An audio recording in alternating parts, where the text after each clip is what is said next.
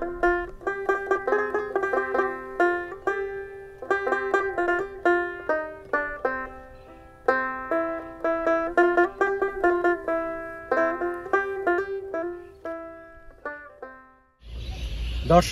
আমরা আছি বনগাঁ এবং এটি সাভারের একেবারেই নিকটবর্তী এবং মিরপুরেরও নিকটবর্তী এলাকা। আমরা একটা সুন্দর দৃশ্য আপনাদেরকে দেখানোর চেষ্টা করছি। এটি হলো কাশবন। এখানে দেখেন অবারিত কাশবন। পল্টু, তোমার দৃষ্টিতে এই বিকেলে কাশবন দেখতে আসা অনুভূতি এবং এটা নিয়ে একটু কথা বললাম। তুমি তো প্রায় কাশবন দেখতে যাওয়া আছেন? হ্যাঁ, কাশবন তো বরাবর আমরা বছরের একটা সময় নির্দিষ্ট এই সময়টায় অপেক্ষা করি কাশবন দেখার জন্য। শুধু আমরা নয়, যারা প্রকৃতি প্রেমী প্রত্যেকেই এই কাশবনের জন্য অধীর আগ্রহে বছরের এই সময়টা জন্য অপেক্ষা করে থাকে। আমরা সেই অপেক্ষার প্রহর শেষ করে এই কাশবনের একেবারে কোলের ভেতর চলে আসছে। এটা অসাধারণ একটা অনুভূতি। আচ্ছা, এই কাজটা কি আসলে কি শরতে? অবশ্যই শরতে, এটা মূলত শরতের, কিন্তু তারপরেও কিছু কিছু ক্ষেত্রে বালুচরে কাশ ফুটে থাকে সারা বছরের বিভিন্ন সময়। সেটা ভিন্ন প্রস্ফুটিত না, এটা না। কিন্তু আমার কাছে যেটা হয় কি, আমার কাছে এই কাশবন তো খুব দেখতে খুব ভালো লাগছে, কিন্তু শরতের এই সময়টা আমি উপভোগ করি হচ্ছে আকাশের রং। এইটাকে আমি উপভোগ করি। নীল শুভ্র, যে নীলাকাশের মধ্যে সাদা শুভ্র মেঘ যখন বিভিন্ন রঙের খেলা করে, সেটি কিন্তু অসম্ভব আমার ভালো লাগে। যেমন ওইদিকে যে মেঘগুলি যদি দেখাই, সূর্যের আলো পড়ে গোধূলির রঙে রাঙা হয়েছে মেঘগুলো। আসলে এটি একটি অন্যরকম চিত্র। এই চিত্র আমরা এই আবহমান গ্রাম বাংলা ছাড়া কোথাও দেখতে পাই না আসলে। আরেকটা জিনিস খেয়াল করছেন, পাখির কলরব।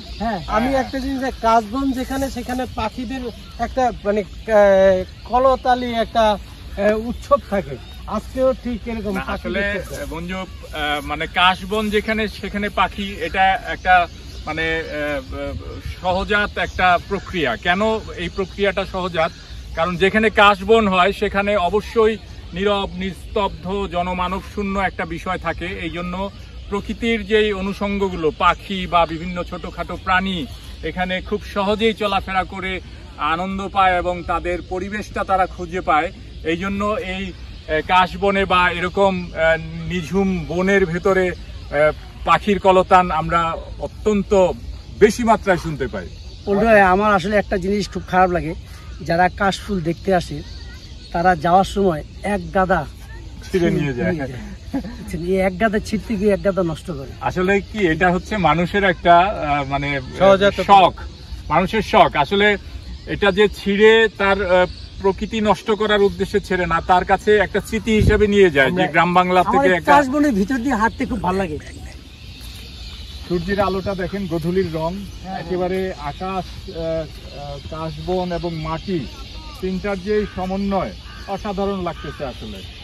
এবং মঞ্জুর, সেই পাখিরা অলরেডি তাদের নীড়ে ফিরে গেছে এবং তারা কিচিরমিচির করে তাদের ভাষা প্রকাশ করতেছে। আসলে পাখিদের ভাষা না, এটা যে বলে যে সব পাখি ঘরে ফেরে, সবাইকে ঘরে ফিরতে হয়, আমাদেরও ঘরে ফিরতে হবে। সবাই, এই পাখিরা কিন্তু খাবারের সন্ধানে অনেক দূর চলে যায় তারা। তারপরে সন্ধ্যা হলে সবাই কিন্তু যার যার যেই আবাস নিরে ফিরে আসে। এটি হচ্ছে পাখিদের বিষয়। এবং আমরাও মানুষরাও কিন্তু মানে খাবারের সন্ধানে না, খাবারের মানে অর্থ জোগাড় করতেও আমরা বিভিন্ন জায়গায় চলে যাই, তারপরেও আবার নিরে ফিরে আসি। এটি একটা প্রকৃতির বিষয়। এবং চরাঞ্চলের যে এই কাশবনগুলো, এগুলো যখন নদীর থেকে যখন বালু উত্তোলন করা হয়, এটি কিন্তু এই বালুর মধ্যে কিন্তু এই বীজগুলো থাকে। এবং দেখা যায় যে এই বালু উত্তোলন করা হয়েছিল 10 বছর আগে, এখনো কিন্তু সেই জায়গায় ওই জায়গায় কাশ ফুল ফুটেই যাচ্ছে, যেটি আমরা দিয়াবাড়িতে দেখেছি। অদ্ভুত একটা জিনিস না? হ্যাঁ, যেই জিনিসটা মানুষের কোনো কাজে আসে না, সেটাতে এত চমৎকার একটা ফুল ফোটে, মনে হয় যে একদম শুভ্র সুন্দর সাদা। না, কাজে আসে না বললে ভুল। এটা কিন্তু জ্বালানি হিসেবে কাজ, এগুলা যখন শুকায় যায় এগুলো কিন্তু জ্বালানি হিসেবে চমৎকার কাজে আসে, কিন্তু যদিও এটার ব্যবহার এখন নাই। এটা সেই আদি গ্রাম বাংলার ব্যবহার ছিল। এখন দেখা যায় জ্বালিয়ে দেওয়া হয়, আগুন লাগিয়ে দেওয়া হয়। সবকিছুতেই এত অর্থ খোঁজার প্রয়োজন নাই।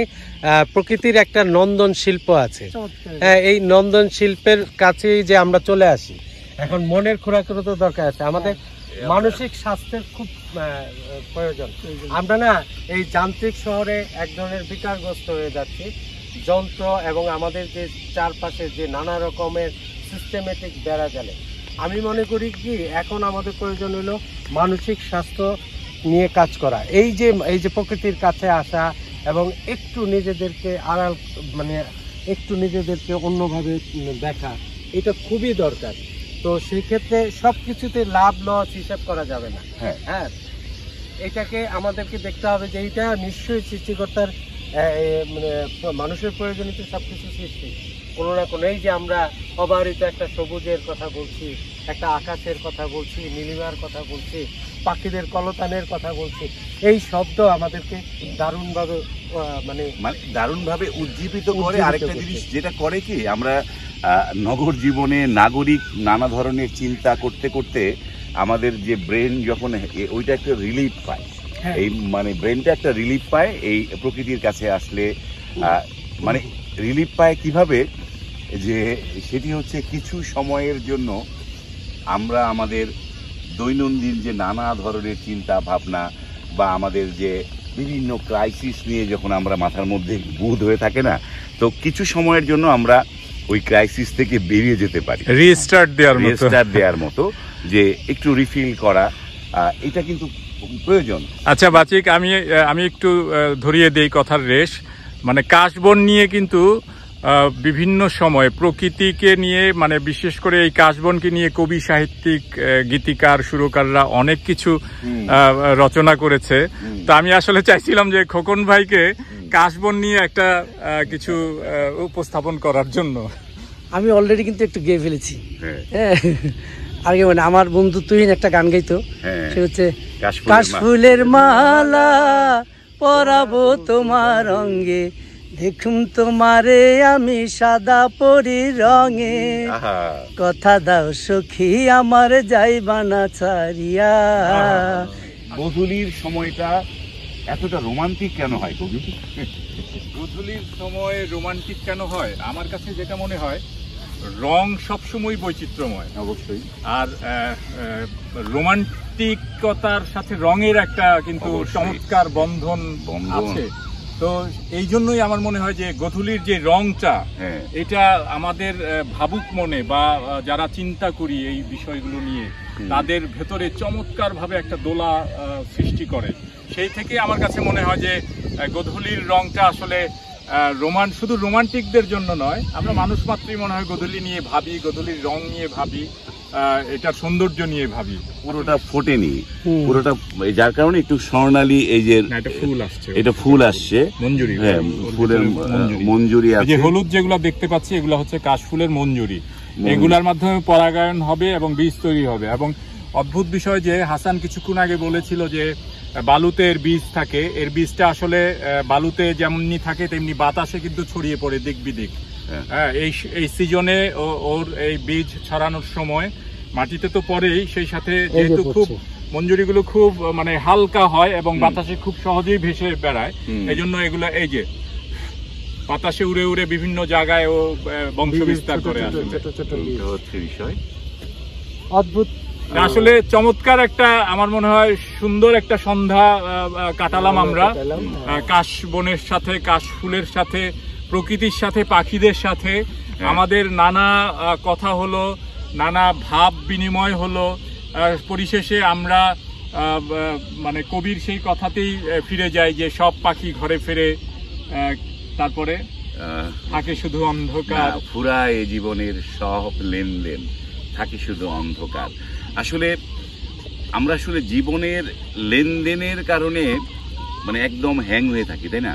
হ্যাঁ। যে এই লেনদেনটাকে একটু যদি পাশ কাটিয়ে একটু যদি সময় বের করা যায়, নিজের পরিবার পরিজনকে নিয়ে যদি একটু এই পাখিদের কলতানের মাঝখানে থাকা যায়, যেখানে বাতাসের শব্দ শোনা যায়, সেই জায়গায় থাকা যায়, তাহলে কিন্তু আমরা সেটা থেকে একটু পরিত্রাণ পেতে পারি। আমাদের যে মঞ্জু যে কথা বলেছিল যে আমাদের মানসিক স্বাস্থ্য নিয়ে আমাদের ভাবা উচিত, এটা কিন্তু মানসিক স্বাস্থ্য ভালো করে যে প্রকৃতির কাছে আসলে আপনার মানসিক স্বাস্থ্য কিছুটা উন্নতি করবে, আপনার মিটার একটু উপরের দিকে। তার মানে বিষয়টা এইরকম যে আমরা এখানে নিছক ঘোরার উদ্দেশ্যে আসা নয়, এখানে আমাদের মনকে রিফ্রেশ করার জন্য, মনকে প্রফুল্ল করার জন্য এখানে প্রত্যেকের আসা উচিত।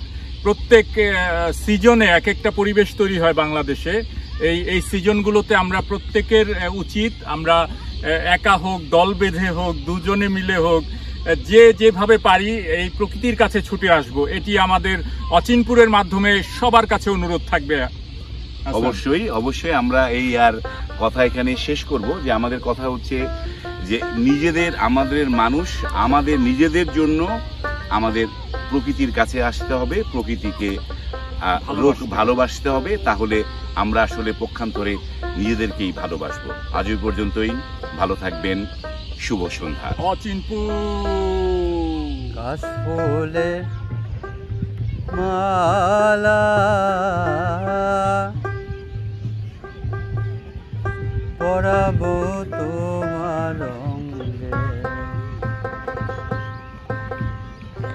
দেখুন তোমারে আমি সাদা পরের রঙে।